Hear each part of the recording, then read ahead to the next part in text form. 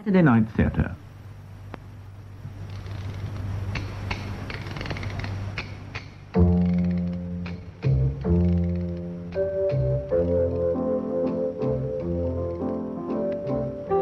Maurice Denham, James Bolam, and Anna Cropper in The Last Chapter by Michael Gilbert.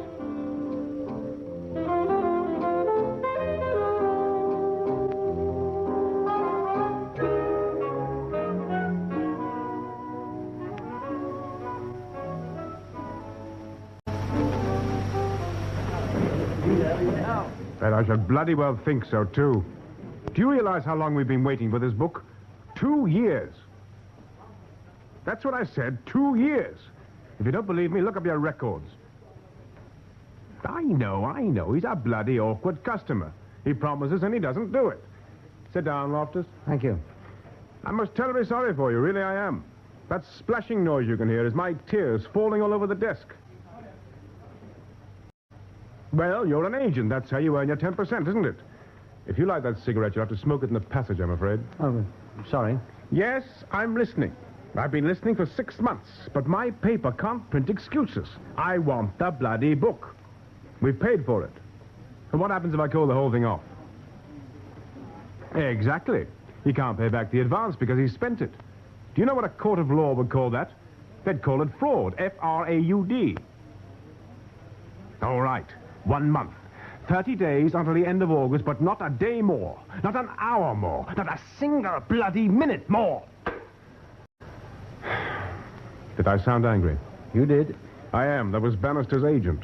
Ben Bannister? None other. We've bought the serial rights in his book of reminiscences. Oh, they should make good reading. Well, they might if he'd write them.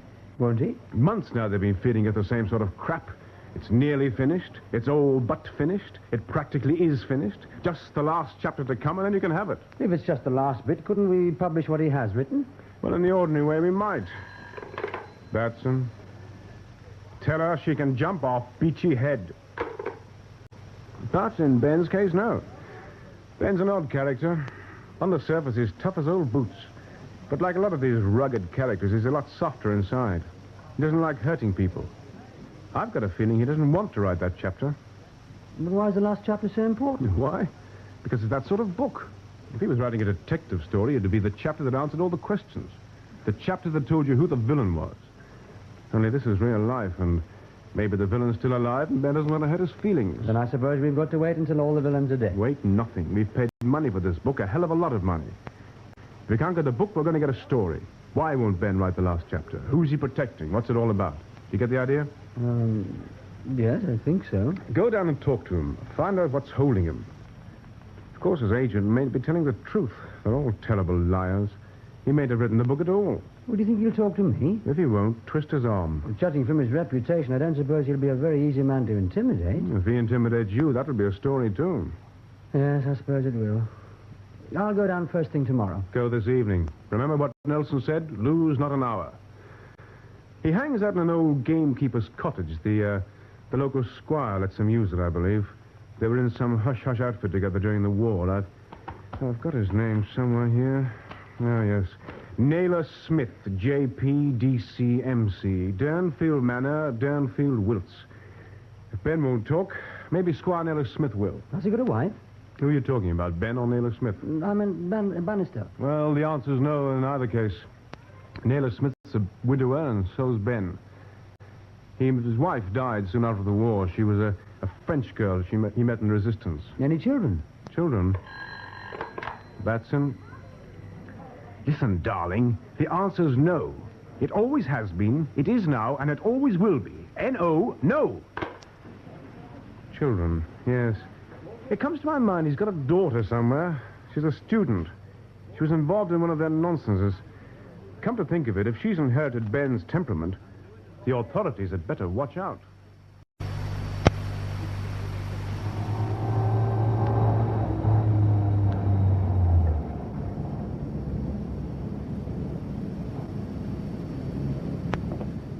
Good evening, sir. Oh. Hello, officer. I didn't see you. I saw you. You nearly went back into the ditch. Well, it isn't a very wide road, is it? No. I was backing to get my headlights on that signpost. Ah. I wanted to see which of them pointed to Durnfield. Well, they both do. That's helpful. Well, that way you go through Durnfield Village. That way you go through Durnfield Street. Which were you wanting? I don't want either of them, actually. I wanted Durnfield Manor. Mr. Naylor Smith's place. That's right. Only I don't want that either. Ah. I want the gamekeeper's cottage. Oh, Mr. Bannister. That's right. Do you know him? Oh, we all know Mr. Bannister, yes, we all know him. He's what you might call a character. So I'd heard. Which of these roads... Well, you could take either of them. Oh. The right-hand one goes through the village, like I said, then on a mile, and you find the lodge gates. Down the drive, past the house. You'll have to leave your car there, walk the last 100 yards to the cottage, right? Quite clear, thank you.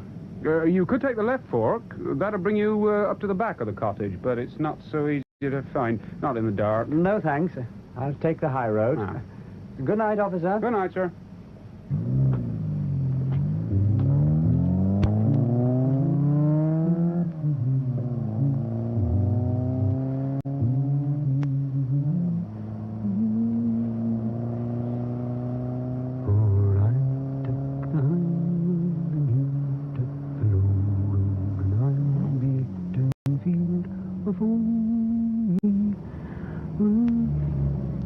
Ah, this must be it.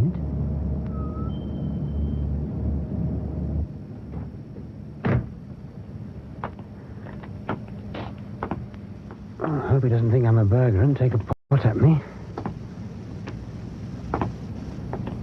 It's damn dark.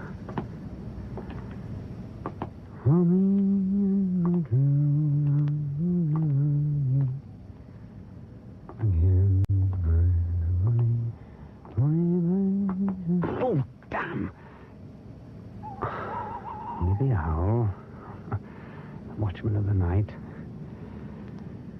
I wonder if there's anyone at home. Doesn't look like it. No lights. Stupid bird. Hop off and catch yourself a mouse. Is that a light? No, it's a fire. Well, he must be coming back if he's lit a fire. I wonder if he's left the door open.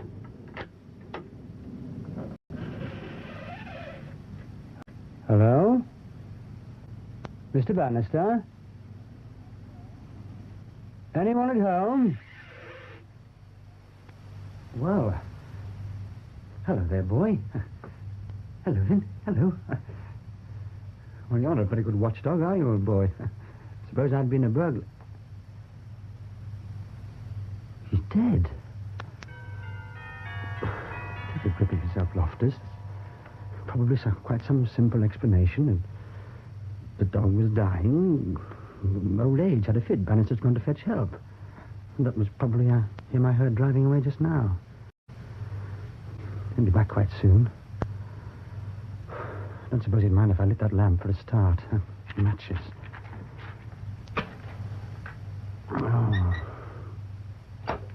Oh, that's better. Now we can see. Now we can see. Mr. Bannister? Mr. Bannister? God, he's dead, too. Let's get out of here, quick. Don't be such a damn fool. He may not be dead. He may need help. Anyway, it's no good running away. The policeman knows you were coming here. You're involved, whether you like it or not. Someone coming. Might be the killer coming back.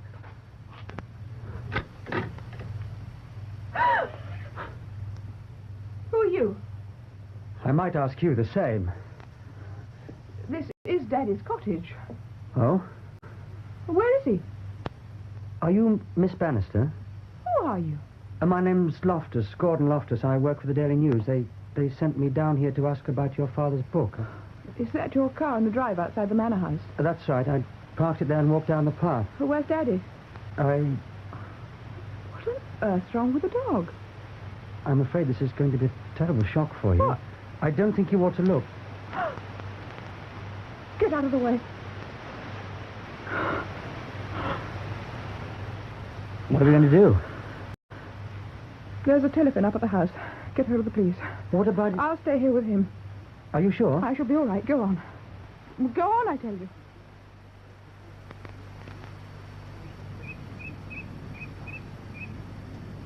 I don't think Miss Bannister was very happy about that verdict, Inspector. Oh, why was that, sir? Obviously because she didn't believe it was suicide.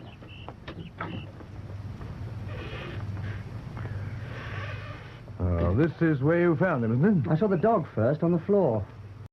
Mouth open, showing all its teeth. And then Bannister slumped in the chair with the same sort of ghastly smile on his face. I shan't forget it in a hurry. Well, that's the way cyanide works. Mercifully, it's quick. You're very certain it was suicide? That's what I think. And that's what the jury thought. Hmm. You don't think different by any chance, do you, Mr. Loftus? Not sure. Now, look. We know he was worried and depressed. The neighbors said so. The doctor said so. In bad health and worried about it. He'd been to see his doctor 3 times in the last month, right? Well, lots of men over 60 start worrying about their health. But they don't commit suicide. Well, some of them do. It's a bit thin, isn't it? If that were the only thing, I'd agree. But you heard the evidence. Cyanide. That's what killed him, and his dog, too. Now, cyanide's a thing which agents used to carry when they were parachuted into occupied France, I believe. I believe they did, yes. And if it was kept in an airtight capsule, it could keep for, well, 20, 30, 40 years. Well, that's what they said. And if he did it himself, that old dog makes sense. He was very attached to that dog. It's understandable he wouldn't want anyone else to have him. He'd take the dog along with him. That's a pagan idea, but... All right, yes, it is feasible. And if you're thinking someone else killed him, why should they kill the dog? Obviously, because if they hadn't, Corporal would have killed them. Oh, I'm sorry, Miss Bannister. I didn't see you there. What was that you said? I said that anyone who wanted to kill my father would have had to kill Corporal first. He was a guard dog, trained to protect my father. If he'd seen him lying on the floor, dead or dying in agony, he'd have gone for the murderer. Even if he hadn't killed him, he'd never have allowed him out of the room. Well, madam, it's a theory. And because it doesn't fit in with your idea of suicide, I suppose that's all it is. Just a theory. I'm quite prepared to keep an open mind about it, Miss Bannister. No, not. That's the very last thing you're prepared to do. Once the police have adopted an official theory and have persuaded a coroner's jury to endorse it, that theory gets promoted. It becomes a truth. I can quite understand your being up. Oh, stop bothering me. Look, go away and shoot him, motorist. You've finished, haven't you? The case is closed. You've no more business here at all. That's quite all right. I'll wish you good morning.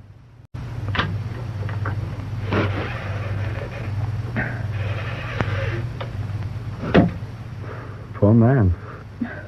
You weren't very nice to him. Suppose not. I don't like dishonest policemen. Dishonest?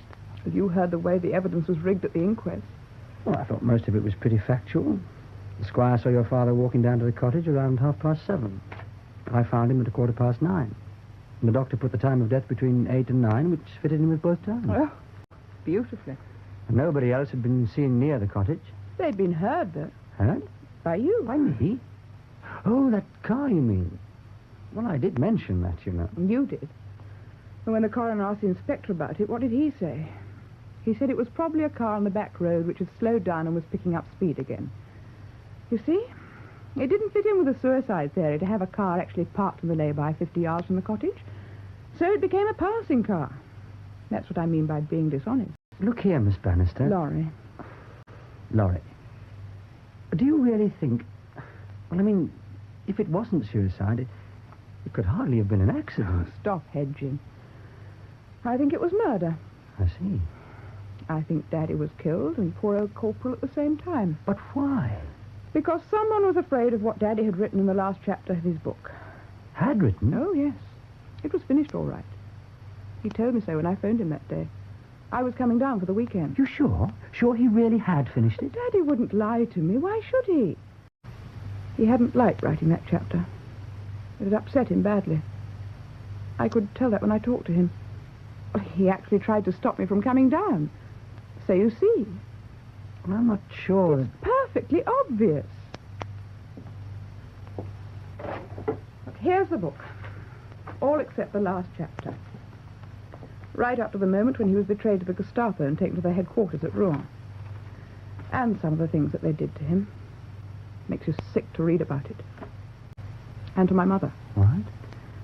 They cut off 3 fingers off her right hand. One by one. God. To try and make her talk. It was because of the things they did to her, I think, that she died before she was 30. And if it hadn't been for the RAF, they'd both have been finished off. The fight of honours came in that night at rooftop level and tore the place apart. Almost the only people who survived were the prisoners, because they were down in the cellars. Well, Daddy carried my mother out of the ruins, and they hobbled off into the countryside. They stayed hidden until our armies arrived. My God, what a story. Yes, it's quite a story. But it's a story without a finish, because whilst they were in that foul prison, they must have found out who the traitor was. And that's what the last chapter was about. Mm-hmm. Oh, whatever you do, don't say it's a theory. If you do, I shall hit you. It isn't a theory, it's the truth.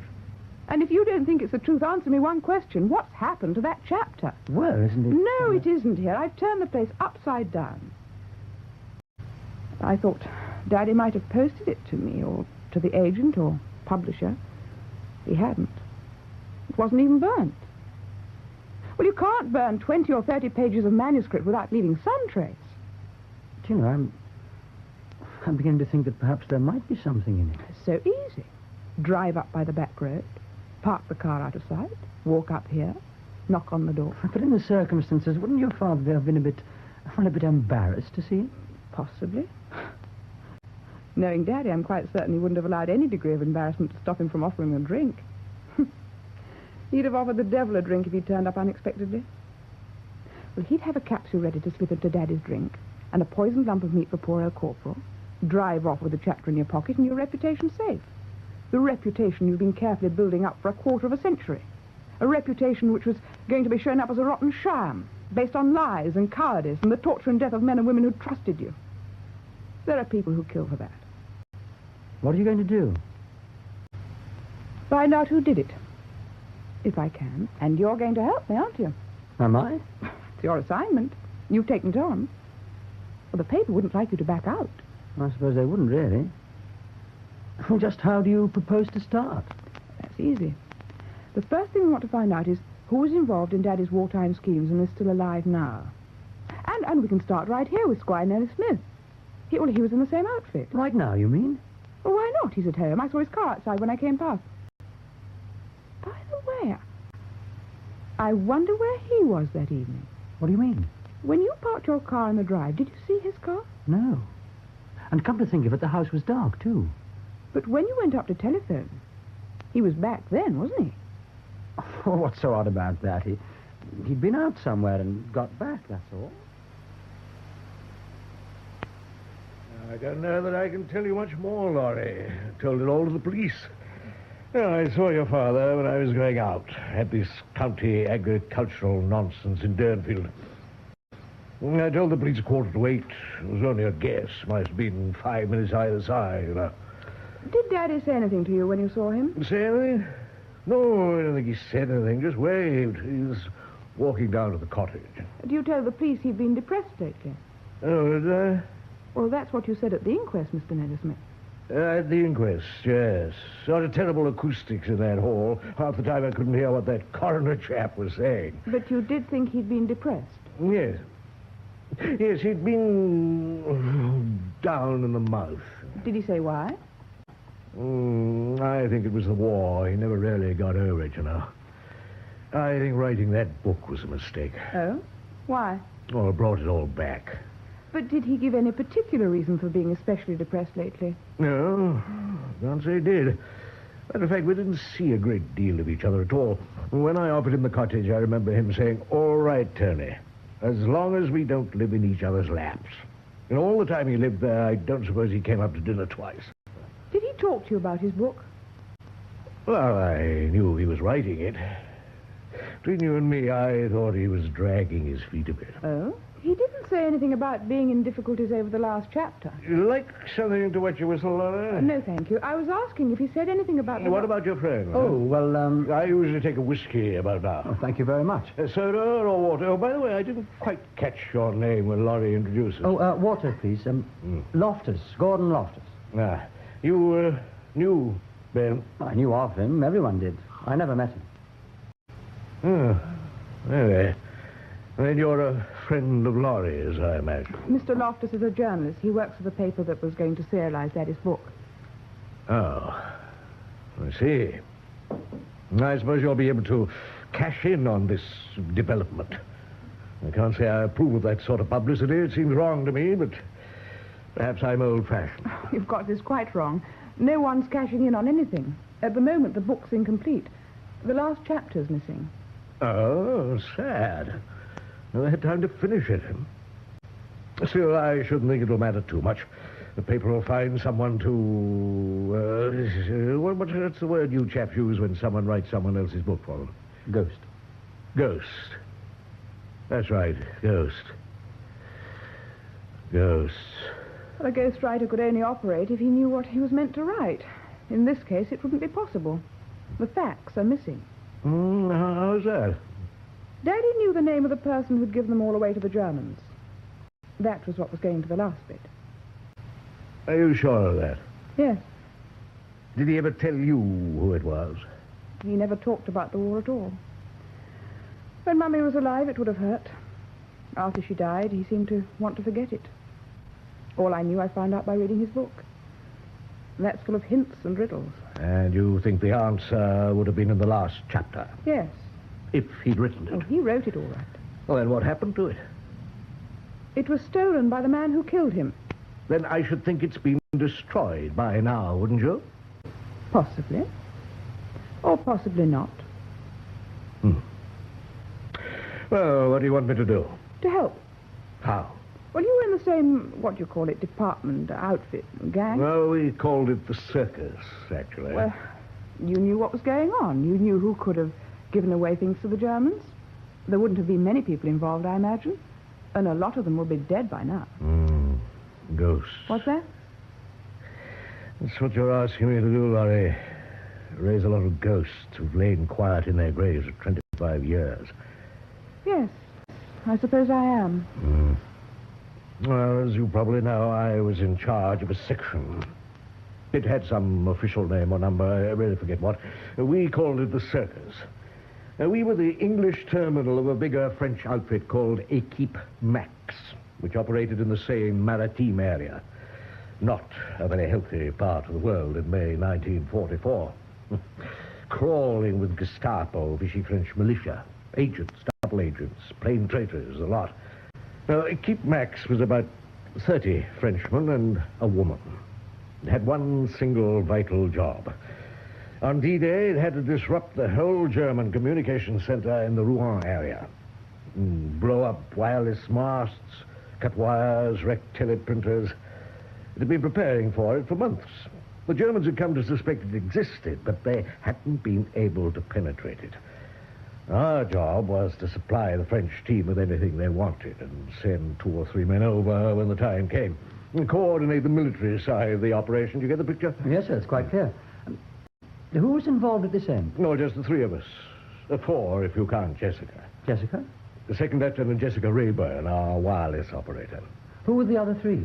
Well, I was in charge as a temporary major. And then there was Captain Applin, Randolph Applin, and, of course, your father. He'd actually been over in France for the last 6 months. And 6 months was a hell of a long time to last at that game. You needed luck and judgment. Have another. Oh, thank you, a small one. You sure you weren't, Lorraine? No, thanks. Oh, we operated from a small reception center. Just a couple of rooms in a Nissen hut, really. On the outskirts of an airfield, north of London. Jessica was the operator who handled our confidential signals traffic.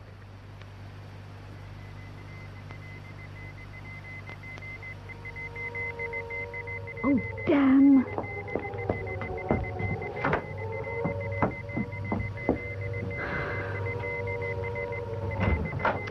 Please, would you mind shutting the door? Parfaitement, mademoiselle. Ben! Wait. When did you get back? In the early hours of the morning. They've been debriefing me ever since. Wouldn't even allow me time to shave. Oh, it's lovely to see you. How about I'm not? Venez ici, mademoiselle. Oh, you haven't shaved, have you? It's lucky your Gerard isn't in England. If he caught me doing that, it'd be pistols for 2 at 10 yards. You're quite safe. That was Gerard Who was? sending that message. Did he announce himself then? It's bad security. No, of course not, but I knew. How? When you've been taking down moss for someone for 6 months, you can tell his touch. It's like handwriting. It's quite unmistakable. Handwriting. Nonsense. It's love. Silly. There's Gerard sitting at his little transmitter in a hayloft in Normandy. He touches the key. It's not a Morse message he sends. It's a message of the heart. A subtle transmission to one recipient alone. 6 months in France hasn't cured you of talking nonsense, I see. It's cured me of a lot of other things. Such as? Illusions, Jessica. I've seen men and women stripped down to the bone. I've seen that when it comes to a point, the only thing that counts with anyone is self-interest. With most people, Ben, not all. With all men and most women. The north of France just now is a sweet little slice of hell. Oh, no. The French know we're coming, but they don't know when, so they're playing it off both ends of the pack. The Germans know in their hearts that when we do come, they'll be booted out of France. So the last phony pair of kid gloves has come off. They're playing it really tough now. Oh. 2 weeks ago, they strung up 12 workmen outside the power plant at Rennes because a dynamo broke down. They thought it was sabotage. It turned out to be a dud part from Germany, but it was too late to cut the 12 men down. Oh, poor Ben. You must be glad to be out of it. I'd be a lot happier if I could have brought my wife with me. Ben, you didn't. Marianne? Yes. Oh, when? On Easter Sunday. Oh, Ben, I'm glad for you, for both of It you. wasn't exactly a white wedding. We were married by the curé in a small village outside Bayeux. Half the villagers turned up to watch, and the other half were lying out around the village watching for Germans. We spent our honeymoon in a hut in the Marquis, specially built for us by the resistance. Oh, sweet. There was an alarm on the second night, and we had to run for it. Well, I'm glad it was the second night. You've got a very nice mind, Jessica. I don't think we'll tell the others about it, not just yet. All right. Where is Randy, anyway? Captain Atlin's somewhere about nursing a hangover. I haven't seen Major Smith this morning. They don't hit it off very well together, do they? I'm afraid they don't. Well, they'll have to make an effort if they're going to work together in the field. Are they going over? How soon? No one knows exactly when D-Day is going to be. But I'll wager we'll be over there before the end of next month. Oh. Oh, hello, Randy. By God, it's Ben. Yeah. Well, that's one cheerful sight on a bloody awful morning. And whilst I think of it, congratulations. Oh, so you've heard. Of course I've heard. It was gazetted last week. Oh, that. The modest hero, on being informed that he'd been awarded a second bar to his military cross, remarked, "Oh, yes." How splendid. I missed it. The snag is it's making our commanding officer bloody jealous. He'd give anything in the world for a gong, and here's Ben got 3. It's not fair. How is Tony? Oh, his normal, bright, bloody little self. What else? Have you cured him of saying pardon yet? Oh, Lord, yes. We've progressed well beyond that stage. He's a quick learner, is our Tony. When he was on leave, he saw a film called Wings Over the Reich. Now everything's wizard prang, shot down in flames. Next thing, you'll be telling Jessica she's got a trim little undercarriage. Oh, I think you're very unkind to Major Smith. You don't have to live with him, my poppet. I should hope not. I wasn't referring to Tony's sex life. Always supposing he has one. If he got into bed with a girl, do you think he'd have a handbook with him called Hints for the Upper-Class Lover? Talking about sex life, I hope you've been keeping an eye on Gerard, Ben. Oh. You know what these fiery Frenchmen are like. Gerard has been behaving himself like a perfect gentleman. Not a single glance for les belles jeunes filles. Not a glance. All his thoughts are for Jessica. See. They regularly tap out tender messages to each other. I've never tried making love by Morse code. Must be quite an experience. Now you're both talking nonsense. Good morning, Major. How's the war going this morning? Were you aware that there is an air raid alert in progress? The song of the sirens did penetrate my drink-sodden old eardrums. Look, it lays down quite clearly in station standing orders that when an alert is sounded, all personnel will carry steel helmets and respirators. If you don't do it, how can you expect the men to? I don't expect them to. It's a damn silly order, and if I saw anyone not obeying it, I'd look the other way. Now, hello, Ben. I heard you got back. Oh, how? Oh, well, I was powwowing with the DDA to the DDMI this morning, and he told me you'd arrived. Touched down. Come again? Touched down. In the Air Force, we don't say arrived, Major. We say touched down. No, I wasn't aware that we'd been seconded to the Air Force. Oh, let it go. Do you chaps spend all your time quarreling? There isn't much else to do at the moment. There soon will be. Ah? Oh? Didn't the DDA to the DDMI tell you? No, he didn't say anything. I gather that Mission Zero is to be placed on 24 hours' notice to leave for France.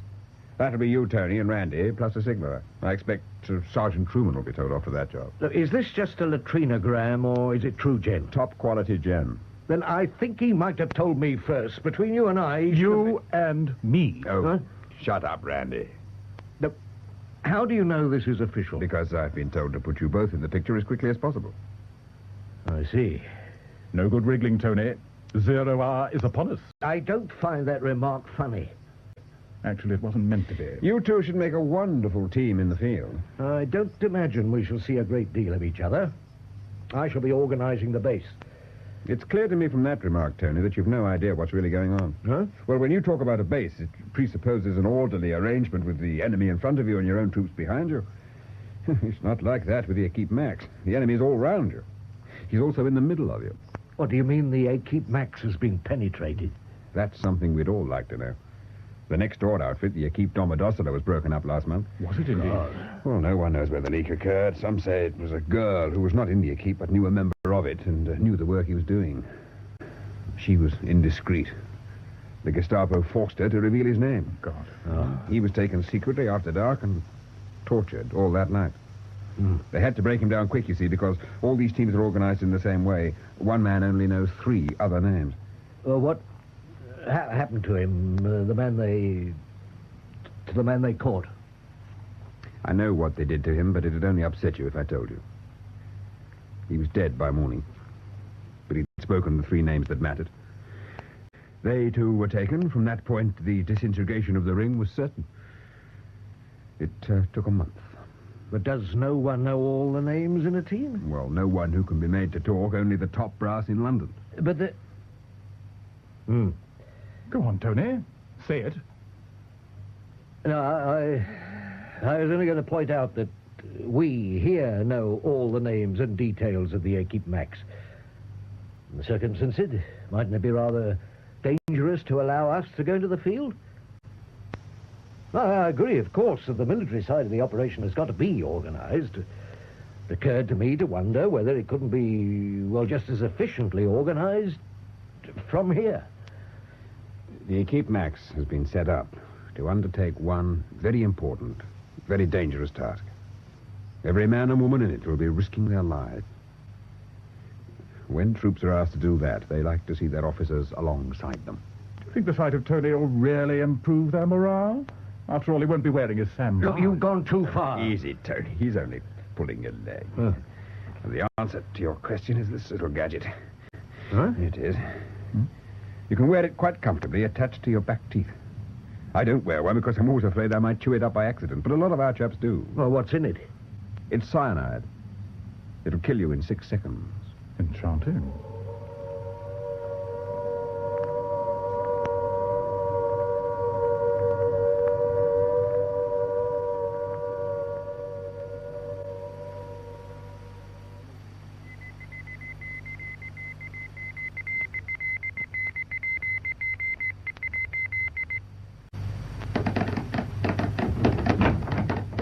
What is it, Jessica? Another routine message with love and kisses from Gerard? It was from Gerard, but it's not routine. I know that. Can't tell you what it is until I've decoded it. Do you never get tired? X repeat X. What can he mean by that? Oh, I see. What'd you say? I've been watching you do this for 10 days. You seem to work a 20-hour day. You must get tired sometimes. I'm sure the people in the field get a lot tighter than I do. I can tell exactly what sort of day Gerard's been having from the way he transmits. I can tell whether he's fresh or tired or cheerful because things are going well or depressed or scared. Oh, that's permanent, believe me. You're scared all the time. Once, I even knew he'd been drinking too much. Don't tell me you could smell his breath over the air. There was a sort of flourish, a panache about his sending. You'd better watch out for it when you're married. Oh, What is it? you'd better read it. Not too good. Oh, you've both got faces like a wet Monday. Something wrong? Read this. The Major ought to see this message at once. Do you think Gerard may be exaggerating? Lost his nerve or something? Gerard's not given to panicking. If he says the Gestapo is sniffing around the Equipe Max, they're sniffing. It's May 25th. No moon. Something tells me you'll be off tonight. Then you must let me have the pleasure of telling Tony. You don't think he'll like it? Like it? He'll love it. He'll love it so much he'll wet his pants. When it comes to the point, he'll probably be as good as any of us. Care to bet on it? I'll give you long odds. I've been studying Tony's running form. He joined up in 1940. In 1942, his regiment was ordered to North Africa. A week before it went, Tony transfers to 5 Corps in England. 1943, 5 Corps goes to Italy. Tony transfers to this outfit. 2 very neat pieces of evasive action. Do you realize he sat out 4 years of this war without hearing a shot fired in anger? Oh. Hello, Tony. We've got some news for you. I'll tell him. We've had this from the Keep Max. Some bad trouble is blowing up. Oh? It looks as if they're going to want your help.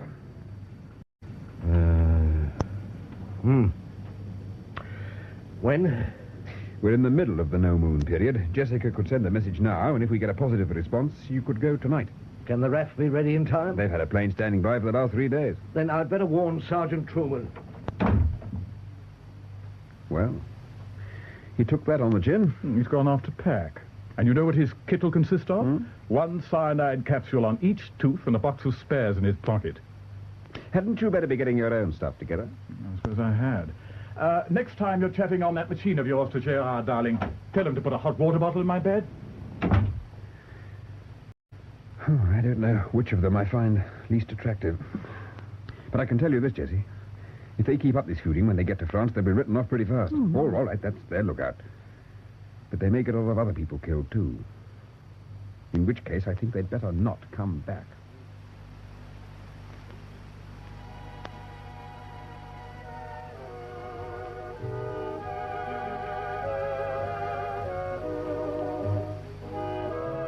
Oh, do turn that thing off.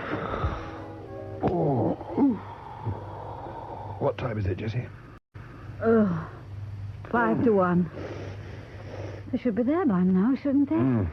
If everything's gone according to plan, which it never does.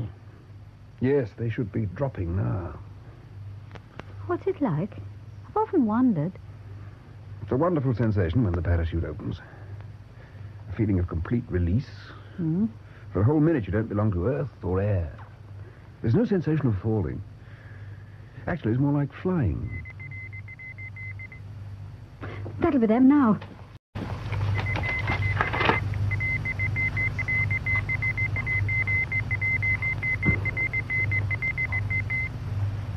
What is it?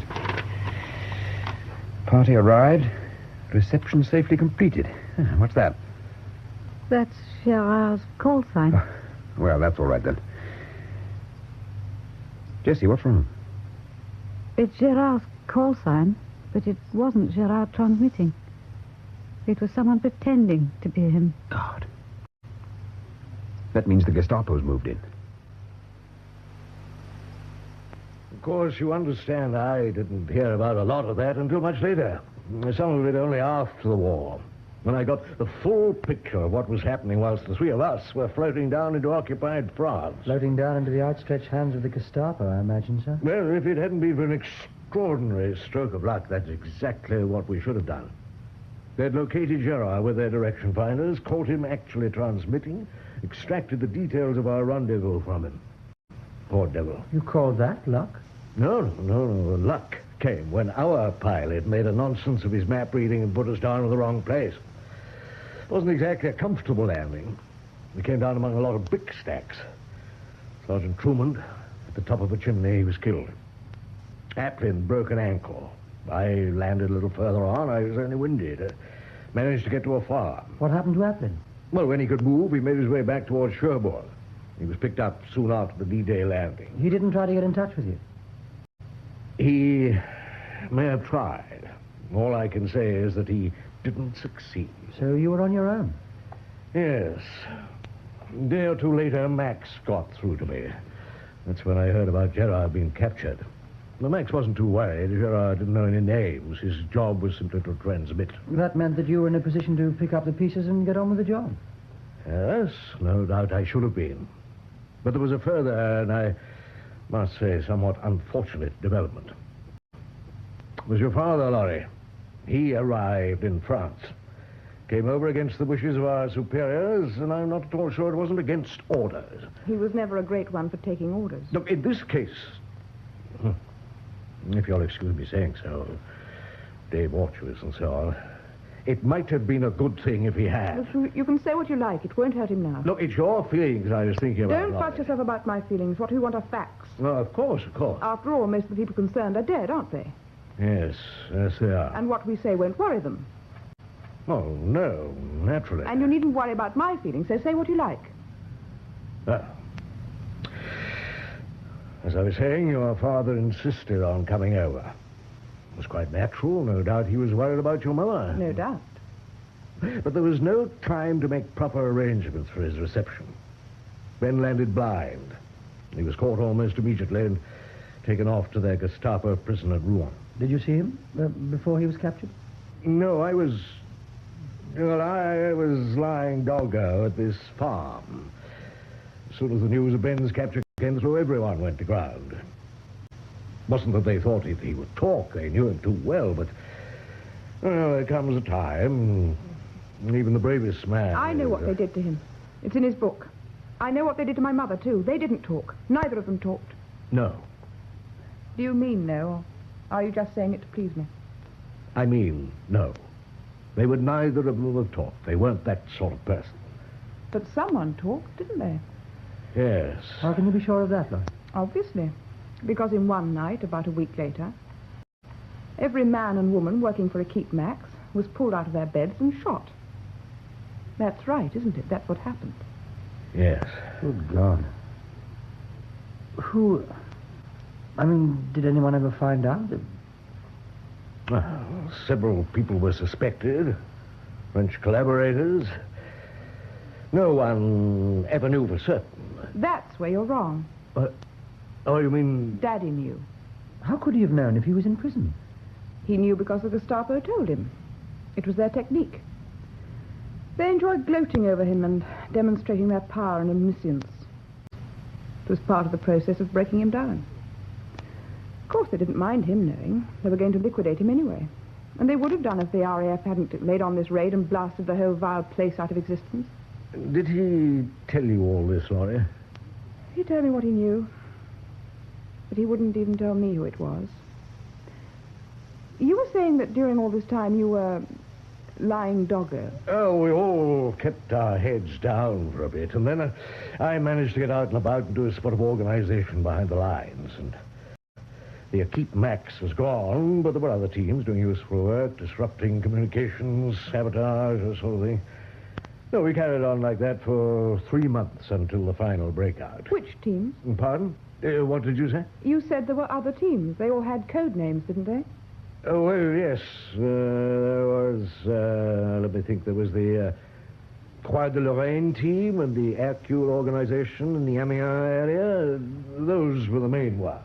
And you worked with them? Yes. What did you actually do?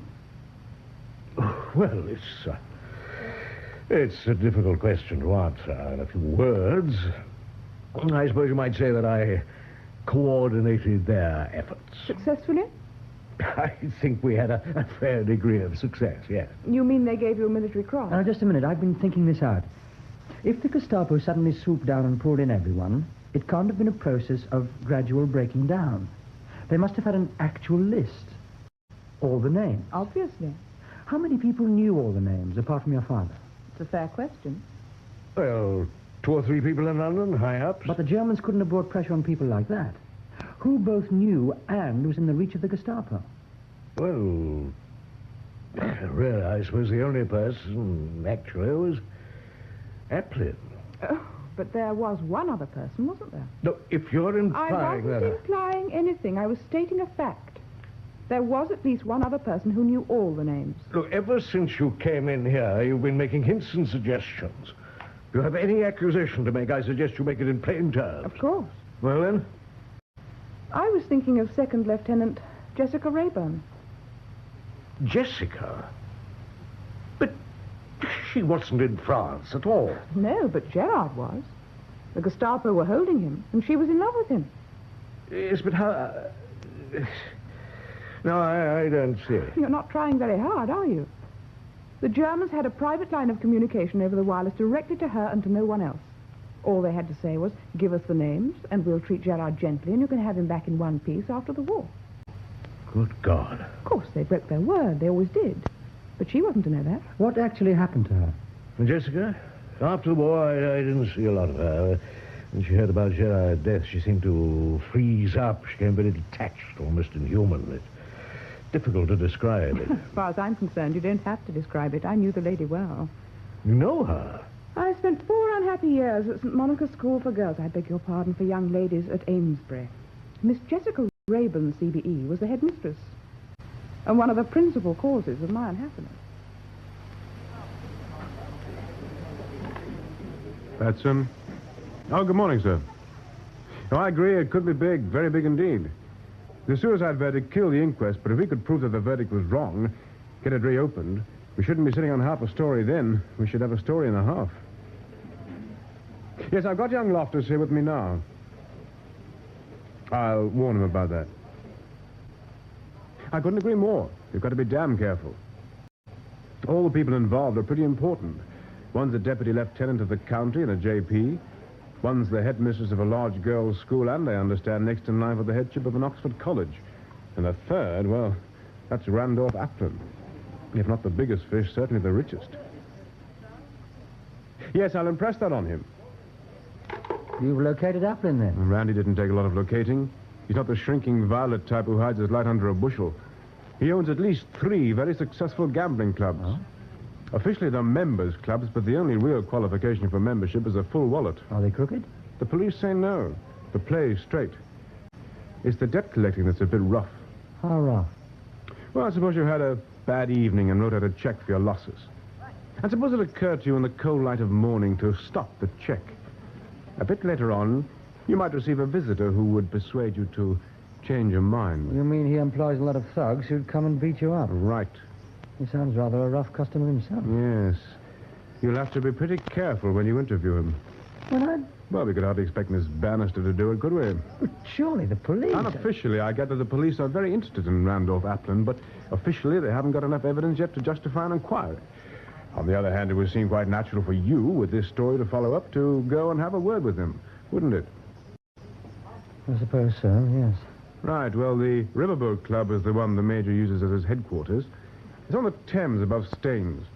It's got the extra advantage from his point of view that it's on an island, a private island. That means he can carry on his operations with a minimum of interference. With the minimum of interference. Charming. I suggest you go along this evening. Get in as an ordinary gambler. You can draw £20 out of the petty cash float. Right? All right. Yeah. Yes, all right.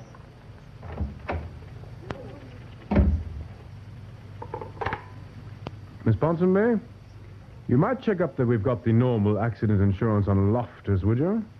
Gordon Loftus. That's right.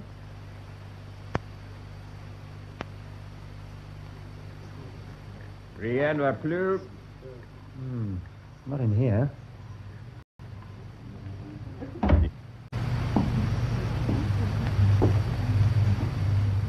Ah, private. Oh, let's try in here.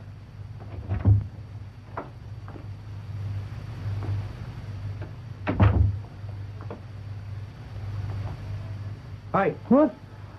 Oh, I didn't see you there. No? Can't you read? Perhaps you're blind or something. You're not blind, are you? No? Oh, what that notice says is private. Strictly private. That means keep out. Admission by appointment only, see? Yes, I can see that. Oh, what do you want anyway? I had a complaint to make. Oh, a complaint, eh? It seemed to me to be odd that zero should come up 3 times running, particularly with so much money on the board. Oh, you think the wheel's bent or something? I thought it needed looking into. Which table? Which table? That's right. Which table was it zero come up 3 times? Oh, the one in the middle, the main one. Harry? Leslie here. I've got a geezer here complaining you've been having too much zero. Yeah. Well, I just wondered. No, bother, I can handle it.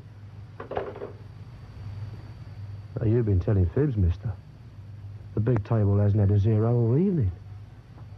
Oh, what's the game? I'll tell Major Applin when I see him. Yeah, but will you see him? That's the point, lad. Who are you? Nothing to do with you. Now, kindly step out of the way. You're not a policeman, are you? I'm... No. I thought not. You look stupid, but not quite that stupid. Hey, wait, I've got it. You're a private eye. Like on the films, with all them lovely girls. Hey, what I can't make out is this. If they've got all them lovely girls, why waste their time detecting? You ever think of that? Will you get out of the way? We had a private detective here last winter. He fell in the river. Laugh? Mind you, it wasn't too funny because it was Christmas Eve and the river was full of sodding great lumps of ice. Now, look here. The water's a bit warmer tonight. All the same, it's an 100-yard swim, best part of. Wouldn't do that sharp suit of yours much good. So if I was you, lad... Get out of my way.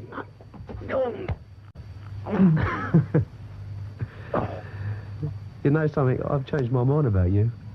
I don't think you can be a private detective. You wouldn't lay yourself open like that if you was. I'll give you a tip.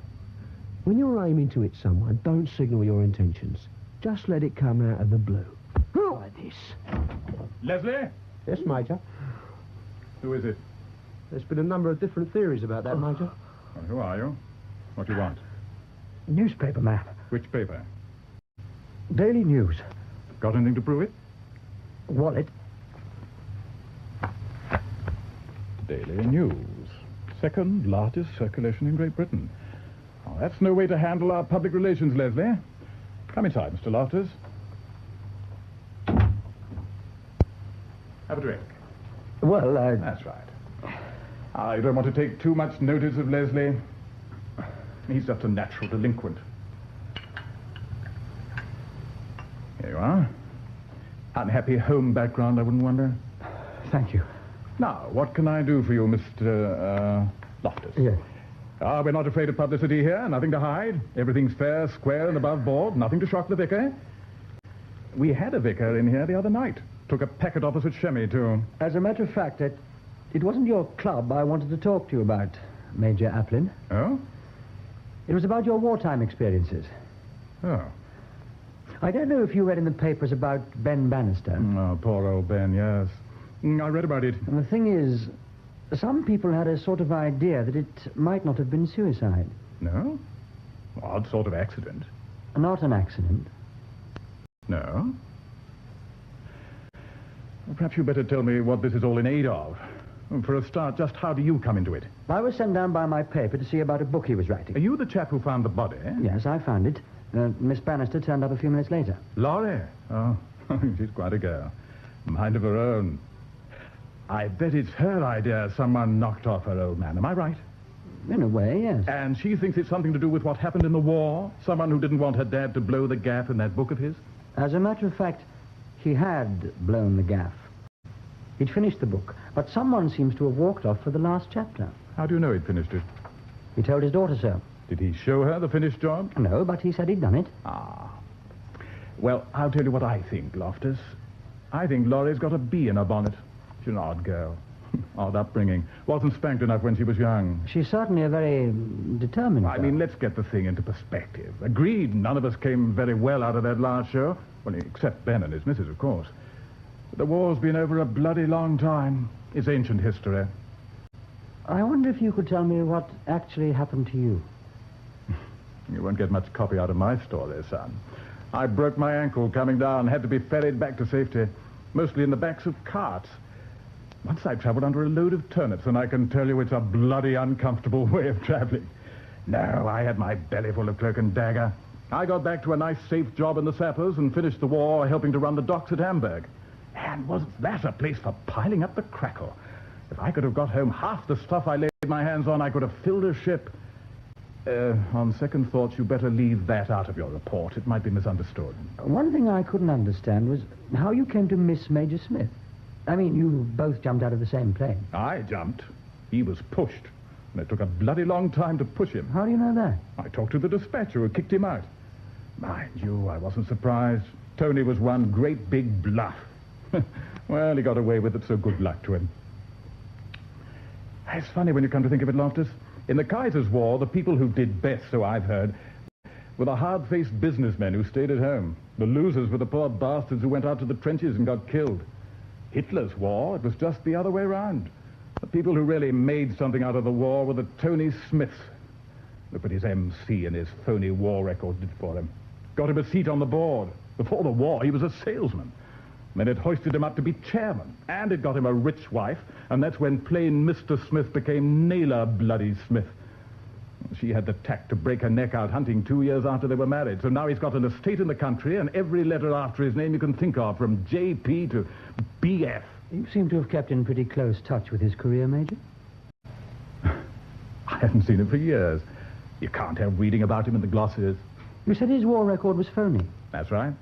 Your theory is that during these 3 months he was behind the lines, he simply laid low, saved his own skin.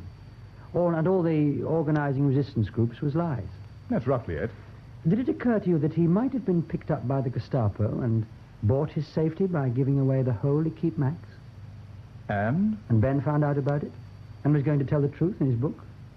Wouldn't Squire Naylor Smith, DLJP, have gone to any lengths to stop that? I don't believe he'd have the guts. Anyway, you'll never prove it now. All the German records at Rouen were destroyed.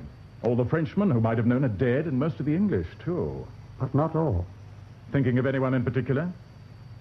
I was thinking of your wireless operator, Second Lieutenant Jessica Rayburn. Jessica? Good Lord. I haven't seen her or thought about her for 25 years. She was a nice girl. I wonder what's become of her. Come in. Good gracious, it's Laurie. What a nice surprise. Come in. Do sit down. Thank you, Miss Rayburn. I've read about your father. I'm sorry. Thank you. Do you mind if I smoke? Please do. Did he ever talk to you about the war?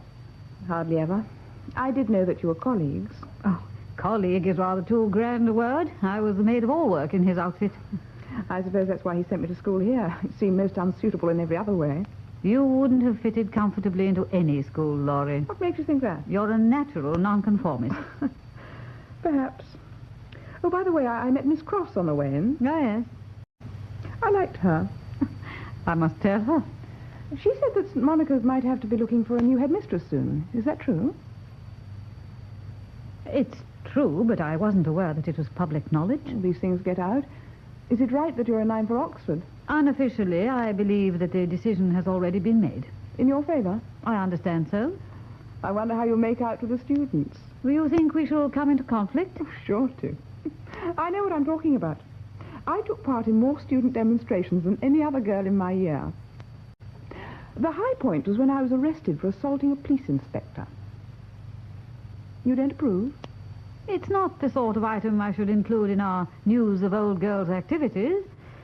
But I suppose that a certain amount of dissent is a healthy symptom. That sounds fine, but you wait till they start throwing tomatoes. One must learn to dodge. And fill the petrol tank of your car with treacle. Goodness, do they still do that nowadays? Well, it was nice of you to come and warn me. I must have a lock fitted to the petrol cap. Yes? There was something else I wanted to talk about. Yes? It was about Daddy's death. Oh? You read about the inquest? Yes. Oh, why will they always put that in about the balance of the mind being disturbed? It's upsetting. It's usually meaningless. It means even less in this case. Huh? Since he didn't commit suicide at all. Is that your idea, or is it official? Oh, unofficial. The police think it was suicide. They managed to force their ideas on the inquest. Really? I should have said it was the only possible verdict, but then the newspapers may not have had all the facts. They didn't mention the most important fact, that Daddy was writing a book about his wartime experiences. Oh? But that the last chapter, the one he'd just finished, was missing. And you think someone stole it, is that your idea? Yes. And killed your father to get it? Yes. And poisoned his dog? How did you know his dog was poisoned? It's in half the newspaper accounts. Now, Laurie, you have got to stop this nonsense at once. It's not nonsense. You have been telling yourself stories, making up mysteries where no sort of mystery exists. If there's no mystery, where's the last chapter? I should think that the likeliest explanation is that he never wrote it. I know that he wrote it. He told me he had. Why should he lie to me? Well, very well, then he destroyed it. How? Burnt it? In that tiny grate, 20 or 30 pages without leaving a sign. Well, throw it away. Now, Laurie, you have got to stop this. If you don't, someone's going to get hurt. Badly. I'll stop when I'm convinced that it was suicide, not before. I once wrote on your report, Laurie has a good and tenacious brain. She is as yet incapable of that logical and disciplined thought which is the hallmark of a scholar. Do you remember all your reports? I remember that one because I thought very deeply before I wrote it. Let me give you some advice. Before you take any further steps in the matter, do some thinking. Think about the dog. About Corporal? Was that his name? Yes, about Corporal. By the way, there was one other thing. Yes? When I was talking to Miss Cross just now, she was saying how sorry she was about my father and when it had happened. And when I mentioned the date, she said, oh, yes, she remembered that evening particularly. She remembered it because you'd cancelled a staff meeting at the last moment. Yes? They saw you drive off in your car and wondered what could have called you away so suddenly. Private business, Laurie. Private business. Now, do remember what I said. Think about the dog. Here you are, Loftus. That's from our man in Paris. You can keep it. It's a copy of what he found in the archives of the War Ministry. The Croix de Lorraine? Yes, they were operating in the hills south of Rouen. The other one is the Hercules organization from Amiens. Interesting reading, don't you think? Very. They were the two names Naylor Smith mentioned. I'm sure they were. I wrote them down. Yes, well, you can see for yourself. Nothing about Naylor Smith in either of them. Not a word. Oh. Okay, it's only negative evidence, I agree. Naylor Smith may have been working away in the background like a beaver. A pretty invisible beaver. But as it happens, we've just unearthed another bit of evidence. Something a lot more up-to-date and more definite. Yes? Simmons has been down at Durnfield ferreting about, talking to the locals. He's found two characters who actually saw Naylor Smith's car come out of the drive around 7:30. They were in the hedge opposite, and I think they may have been setting snares. They're a bit coy by that bit. But that just confirms what he told us. He drove into Durnfield for a farmers' union meeting. Quite so. And to get to Durnfield, you turn left out of the gate, don't you? Yeah? Well, he didn't. He turned right. Now, quite definite about that. On the other hand, if you turn right, it takes you to the back way, which leads to the cottage. I suppose he might have had some other job he wanted to do before the meeting. There was no meeting. What? There was to have been, but he put it off. Oughtn't we to tell the police? All in good time, Loftus, all in good time. They could have found out for themselves if they'd done the job properly. At the moment, it's our information, exclusive. But I think we might ask Naylor Smith to comment on it. Don't you? Would there be anything more, sir? Sir, anything more? No, sorry, Mrs. Buck. No, nothing more. Did I hear a car drive up just now? Oh, it's that young man, the one from the newspaper. Oh, yes, I remember. Well, where is he? He went off down the path. Oh. Expect he was going to the cottage to have a word with Miss Bannister. Well, no, if there isn't anything else, sir, I was thinking of slipping down to the village to see my daughter. She hasn't been too well lately. Yeah, that's quite all right, Mrs. Buck. Oh, up you go. Oh, thank you, sir.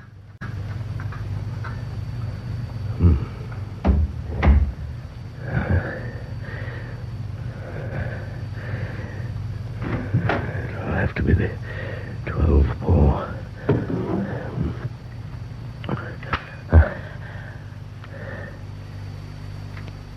So he was lying. Not just lying about there being a meeting, he cancelled it himself. When? At the last moment. He telephoned the other committee members. Did he give any reason? He said he was feeling under the weather. The doctor had advised him to stay indoors. And that was a lie, too? I think so. Well, there didn't seem to be anything wrong with him. And anyway, he did go out. But not to Durnfield. No. So it's pretty clear where he did go. He drove round, parked his car in the lay-by, and walked up here. You told me that although your father and he were neighbours, they didn't visit much. No. So, to put it mildly, your father would have been a bit surprised to see Naylor Smith walk in unannounced at that time of night.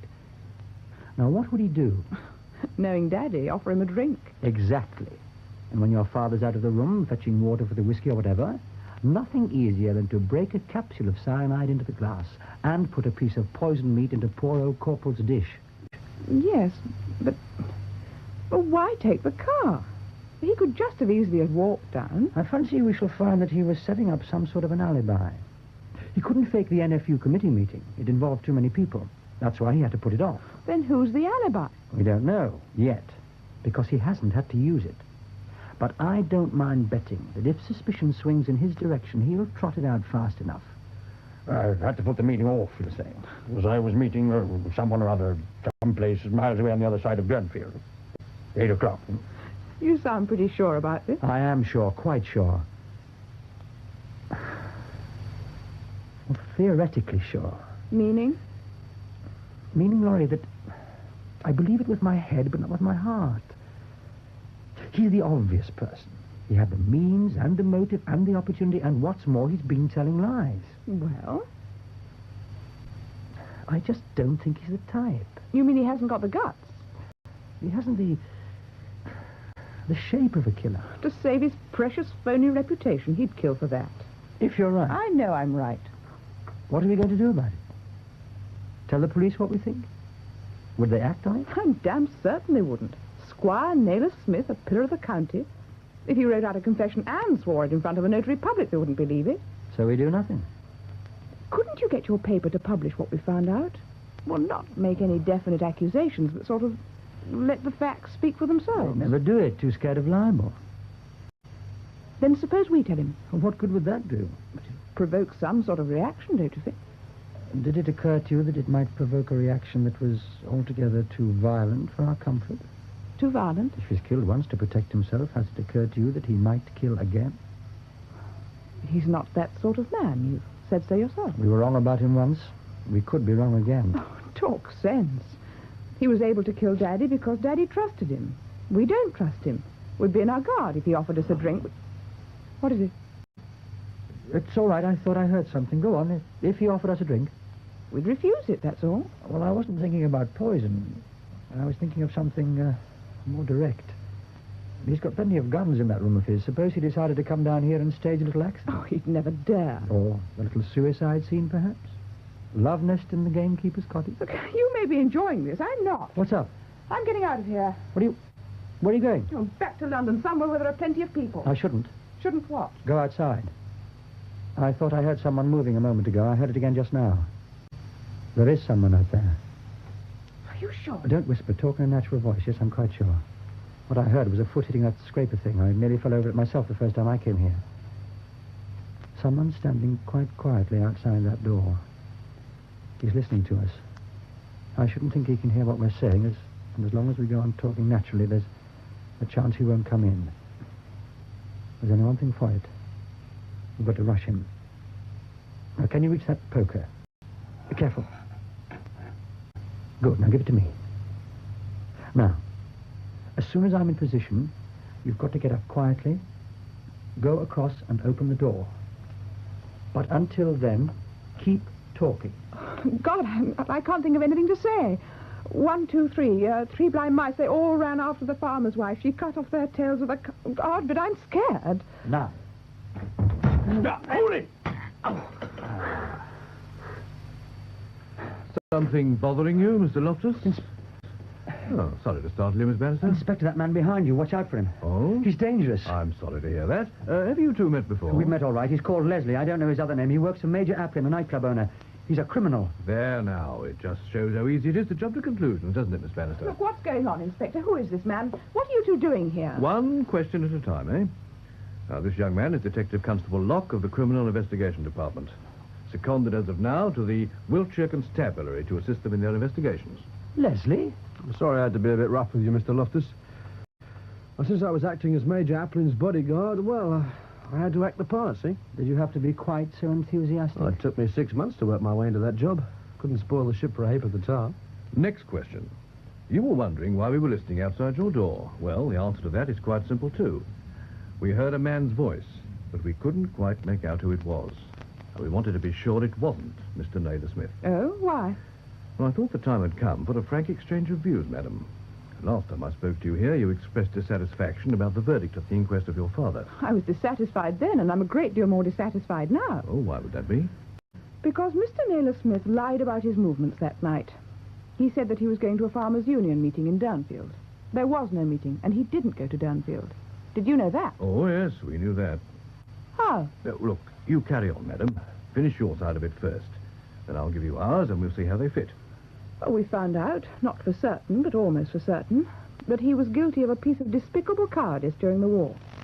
We think that my father knew this and had decided, at last, that the truth ought to be told. And that would have been in the last chapter of that book he was writing? Yes. The chapter that disappeared? Yes. Ah, pity. What's a pity? Well, it's neat. It's logical. It's not... Well, it's convincing. But it isn't true. But surely you must... Naylor Smith wasn't down here that evening between 8 and 9. He wasn't anywhere near here. He was 20 miles away in a pub at Latchingford called the White Hart. Didn't I say he'd dream up a phony alibi? Who says he was there? I do, miss. You? Yeah, one of my jobs, you see, was driving the Major, particularly when he was out on a dodgy trip. Something he didn't want other people to know too much about, see? Do you mean to say that... That's right, miss. It was the Major who was meeting Mr. poor old sucker Smith at the White Hart. By appointment, and not for the first time either, I gather. The fact is, Applin had been blackmailing him for years. What you found out about his wartime career was true. Not that he betrayed his comrades. I don't think that came into it. But the fact that he didn't really do anything at all. The story he told when he got back, well, it was a lot of wish-wash. He ought never to have had that medal, that's for sure. See, from what I gathered from the Major, he used to laugh about it a good deal. Smithy hid up in a farm. The trouble was all the young men on the farm had been conscripted by the Germans for forced labour. So they dressed him up as a woman. What? Yeah, makes you smile, doesn't it? Applin went back to the farm afterwards, got the whole story, and the photograph of Smithy in a skirt. Now, that was one of the things he was going to circulate if Smithy didn't cough up. Good God. It wasn't as if Applin actually needed the money. He didn't. But he hated Smithy's guts. Squire Naylor Smith, DLJP, MC, the big county magnate. And what Applin really enjoyed was watching him squirm. Sadistic beast. Don't worry, madam. He'll soon be laughing on the other side of his face. With what Lockyer has picked up about his business methods, we reckon we can put him away safe enough. The only thing is, if he goes down, won't he take damn good care that Squire Naylor Smith goes down with him? After all, he'd have nothing to lose. I'm afraid that's a risk we'll have to take. Yeah. That sounded like a shot. Come on.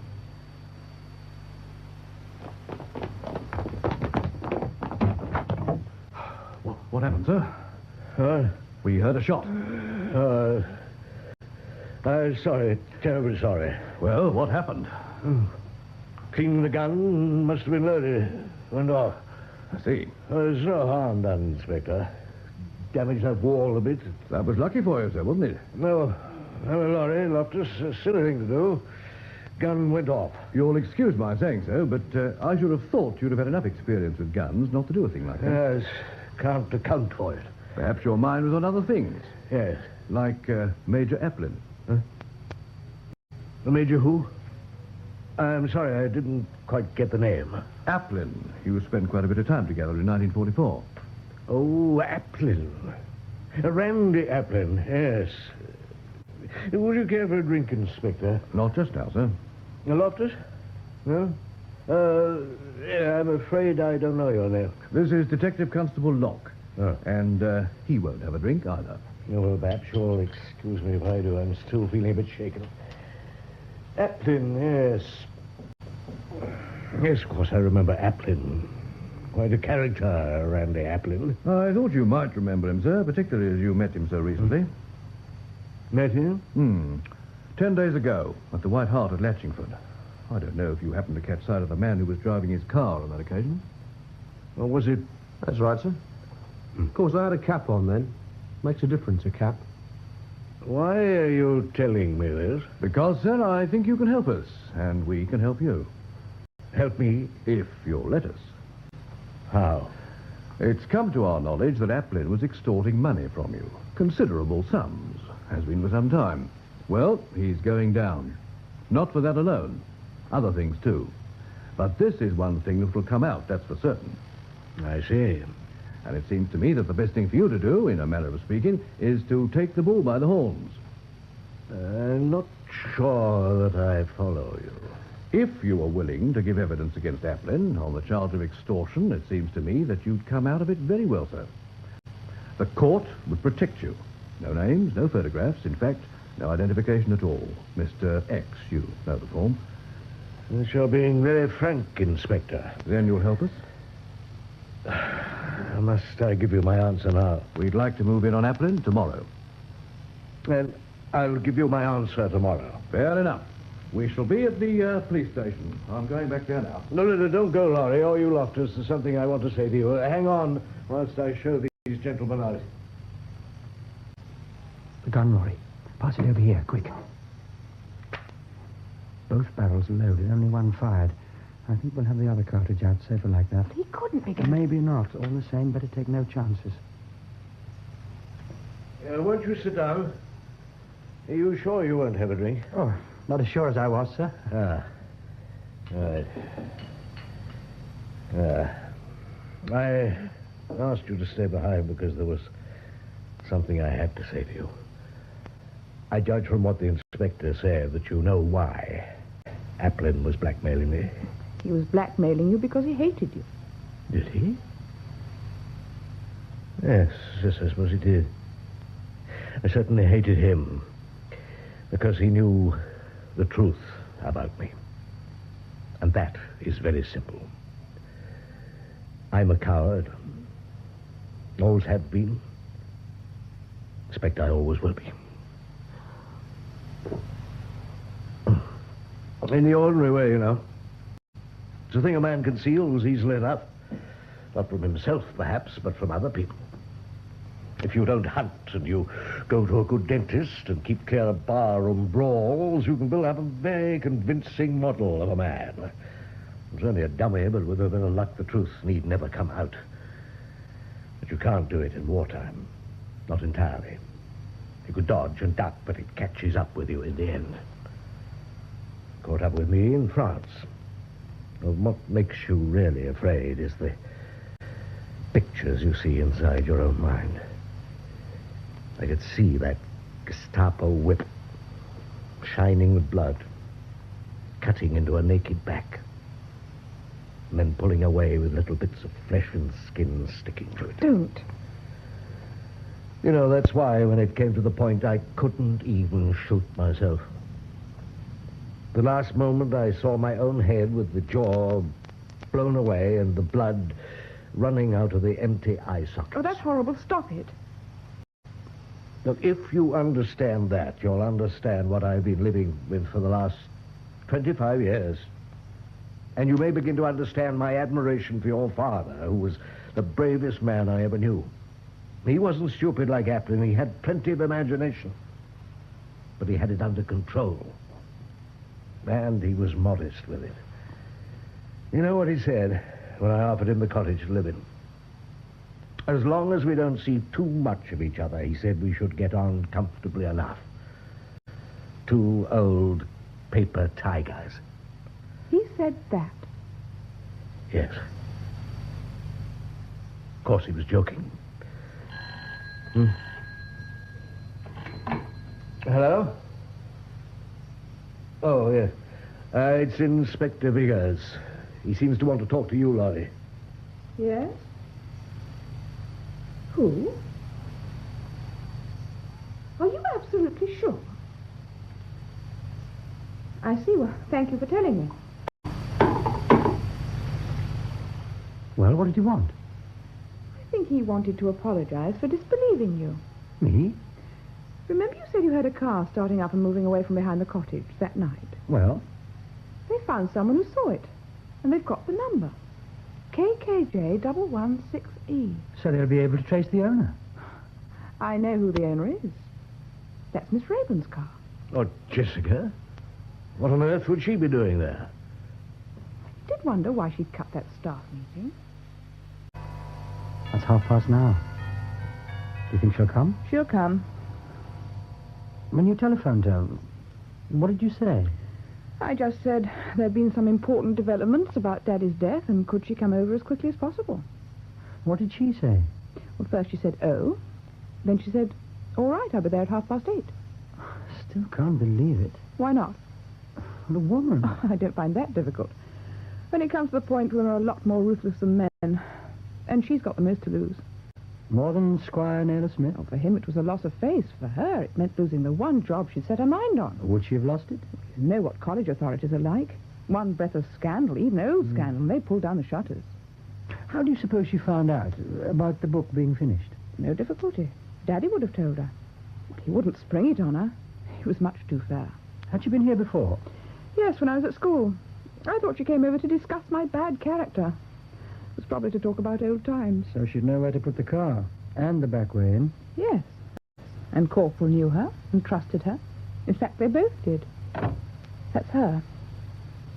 You still don't believe it, do you? It's such a cold-blooded thing. She's a cold-blooded person. What do you think she'll do when she knows we know? I have no idea. Well, Laurie? Won't you come in? Ah, and... My name is Gordon Loftus. I gather there's something you want to tell me. Something urgent. Yes. Well? I want to know why you killed my father. Aren't you telescoping two questions? First, did I kill your father? And second, if I killed him, why did I do it? We know you did it. You put off your meeting that night and you drove over and left your car exactly where you've left it just now. Then you came up here and... Go on. You killed them, both of them. You poisoned Corporal to prevent him attacking you, and you poisoned Daddy. Do you mind if I sit down? Now, which of them am I supposed to have poisoned first? Your father or the dog? Cyanide acts instantaneously. If the dog was lying dead, do you imagine your father would have quietly accepted a drink? In that case... If, on the other hand, your father had died first, the dog wouldn't have eaten his food. He'd have attacked me, you said to yourself. Or do you perhaps suggest that I stage-managed the affair with such exquisite precision that the dog consumed a slice of poisoned meat and your father drank a poisoned drink at precisely the same moment? It won't work, Laurie. Think again. It's no good, whatever you say. I know you did it. I see. Credo quia impossibile. Then perhaps we can move on to the second part of your proposition. Why should I kill your father, who was, incidentally, one of my oldest friends? You killed him because he told you what he put in the last chapter of his book. Which was? The name of the person who betrayed Max and his helpers to the Gestapo. And that was supposed to be me, was it? Yes. Although I never left England. Oh, we know all about that. You sent the names over the air to the Gestapo man who'd taken Gerard's place. You did it because you thought you could save Gerard's life. I wonder. Yes, really, I do wonder. What? If it had been put to me, just like that, I wonder whether I would have done it. In the light of after knowledge, of course, the answer is no, you never could trust the Gestapo. But at the time, I was very fond of Gerard. Yes, I might have been tempted. But since it wasn't put to me, the question doesn't arise. I think you'd better know what happened that night. I think I had. But I think I should tell you alone. No, I'm afraid I can't agree to that. What I have to tell Laurie is for her alone. Well, what are you afraid of? Do you think I shall try to poison her, too? I think she might feel more comfortable if I stayed. I can assure you that she won't. I shall be all right, Gordon. Well, you can stay quite close, Mr. Loftus, in the kitchen. If you hear her scream, you can come rushing in. I'm sure you'll enjoy that. Laurie, are you sure? I'll be all right. Really.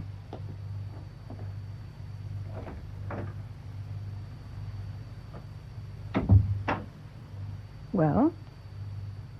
I came here that night in answer to a telephone call from your father. He was obviously upset, almost incoherent. But one thing was clear. He wanted me. So I put off my meeting and drove over. When I came into this room, the first thing I saw was the dog lying dead on the floor. The next thing I saw was your father, in that chair you're sitting in. He was dead, too. It's a lie. You're making it up. I'm afraid it is the truth, and I know who killed him. There's not the least mystery about it. There never has been. Go on. Are you sure you want to know? Of course I do. You don't think perhaps that after 25 years one should let the dead bury their dead? I'm going to know, and I'm going to see that everyone else knows. Youth, so clear-sighted. Black or white, right or wrong. Let justice be done though the sky fall. Never mind how uncomfortable it may be for the people it falls on. It's no use. You can't talk your way out of this. Yes, I see. Actions, not words. What's that? The last chapter of your father's book. So it was you who stole it? Stole, Laurie. Since it was lying on the table in this envelope addressed to me in your father's own handwriting, I hardly think we can call it stealing. You'll find what you're looking for on page 8. I've marked the place.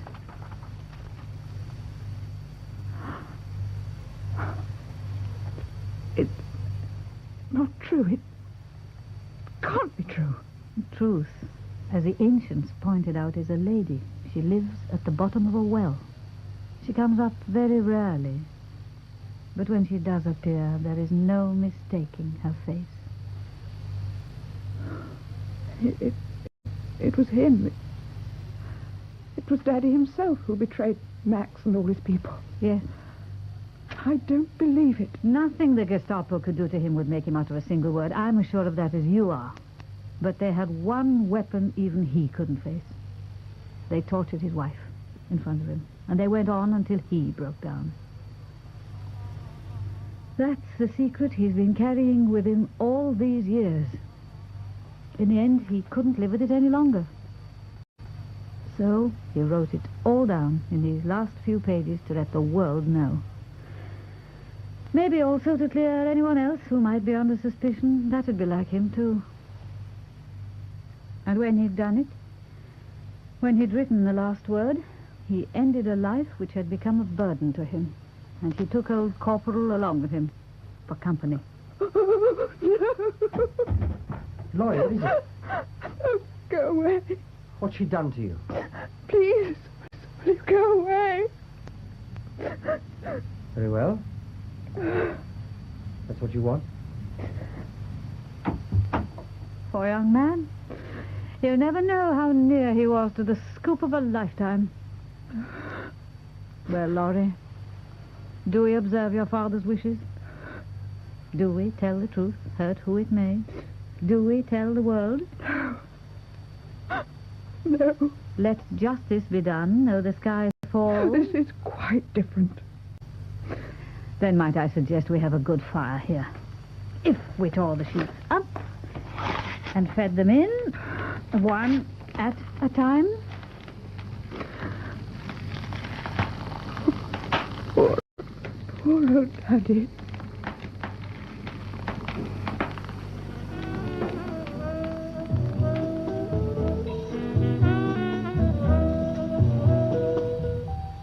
The last chapter was written by Michael Gilbert.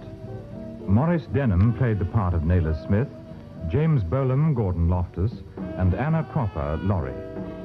Batson was played by Alan Barry, the policeman, Geoffrey Collins, Inspector Viggers, Peter Tuddenham, Jessica Rayburn, Kathleen Helm, Ben Bannister, John Pullin, Randolph Aplin, Alan Cuthbertson, Leslie, Nigel Anthony. The production was by Nestor Payne.